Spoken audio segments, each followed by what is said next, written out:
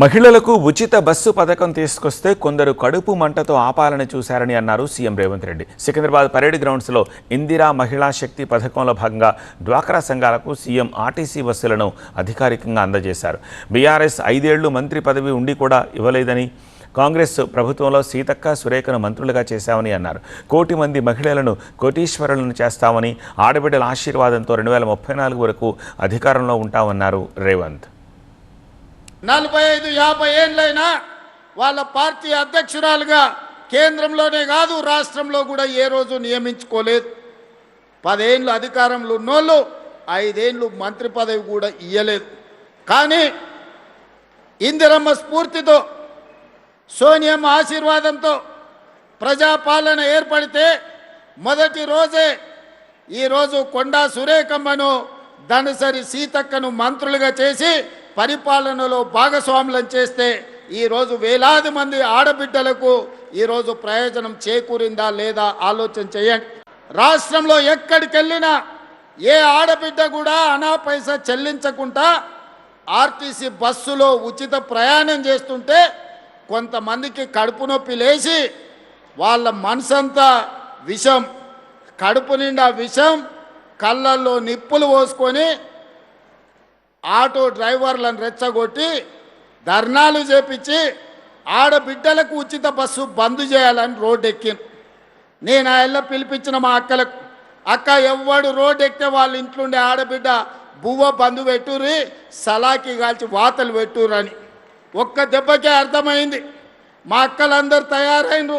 ఒకరొకరిని జుట్టు పట్టుకొని వంగబెట్టి గుద్దే పరిస్థితి వచ్చిందని రెచ్చగొట్టిన రాజకీయ నాయకులు తేలుగుట్టిన దొంగల్లాక మంచం కింద దాచుకుంటున్నారు. పోయినసారి పాలపిట్ట రంగు చీరలు ఇచ్చినాం. ఈసారి మా సీతక్క కట్టుకుంది. అక్క ఒక్కసారి నిలబడక్క, మీకోసం ఇచ్చే చీరనే ఇవాళ సీతక్క కట్టుకున్నది, చిలకపచ్చ రంగు.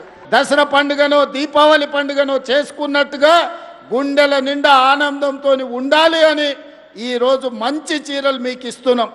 ఆనాడు వాళ్ళు కూడా ఇచ్చారు బతుకమ్మ చీరల పేరు మీద. ఎన్నడన్నా ఆడబిడ్డలు కట్టుకున్నారా? పొలాల గట్ల మీద పిట్టల్ని బెదిరించనికే కట్టుకున్నారు. ఇవాళ మా ఆడబిడ్డలు చీర కట్టుకొని వచ్చినప్పుడు మా ప్రయత్నం ఫలించింది. మా ఆడబిడ్డ చీర కట్టుకొని ఇంత దూరం వచ్చిందంటే గర్వంగా తలెత్తుకొని మిలమిల మెరిసిపోతుంటే మా ఆడబిడ్డలు వాళ్ళ కళ్ళల్లో సంతోషం చూస్తే కడుపు నిండా బిర్యానీ తిన్నంత ఆనందం నాకు వచ్చింది. ఎవరెన్ని కుట్రలు చేసినా, కుతంత్రాలు చేసినా, ఎన్ని అడ్డుపుల్లలు పెట్టినా, మీ అభివృద్ధిని అడ్డుకోవాలనుకున్నా, మీ సంఘాలను దెబ్బతీయాలనుకున్నా ఇప్పటి వరకు 61,000 కోట్ల రూపాయల బ్యాంకు లింకేజ్ ఇవ్వడమే కాకుండా 0 వడ్డీ కోసం బ్యాంకులకు 2,000 కోట్ల రూపాయలు ఇవాళ నిధులు విడుదల చేసి మిమ్మల్ని ఆర్థికంగా నిలబెట్టే ప్రయత్నం చేస్తున్నాం. అందుకే ఇవాళ మా ఆడబిడ్డలకు మాట ఇస్తున్నా, మిమ్మల్ని కోటీశ్వరులను చేసే వరకు విశ్రమించేదే లేదు. మీకు ఏమి కావాలన్నా చేయడానికి మీ సోదరుడు ముఖ్యమంత్రిగా తెలంగాణ రాష్ట్రంలో ఉన్నాడు. రాబోయే రోజుల్లో మీరు ఇక్కడికి కాదు, ప్రతి పార్లమెంటు నియోజకవర్గానికి నేను వస్తా. వ్యాపార ప్రణాళికలు సిద్ధం చేసుకోండి.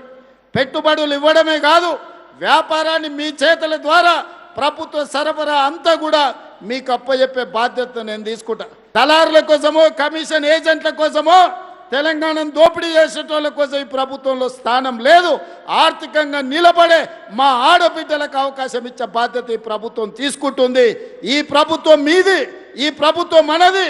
ఈ ప్రభుత్వంలో మహిళా శక్తికి చోటు ఉంది. 1 కోటి మంది మహిళల్ని కోటీశ్వరులను చేయడమే లక్ష్యంగా 2034 వరకు మీ ఆశీర్వాదంతో ఈ ప్రభుత్వాన్ని నడిపిస్తాం.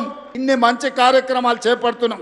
అంతెందుకు, ఇవాళ 553 బస్సులను ఈరోజు ప్రారంభించుకున్నామో లేదో కొంచెం 2 నిమిషాలల్లా మా పొదుపు సంఘాల సభ్యులుగా వర్ణదేవుడు కూడా ఈరోజు మా ఆడబిడ్డలతో చేరిపోయిండు.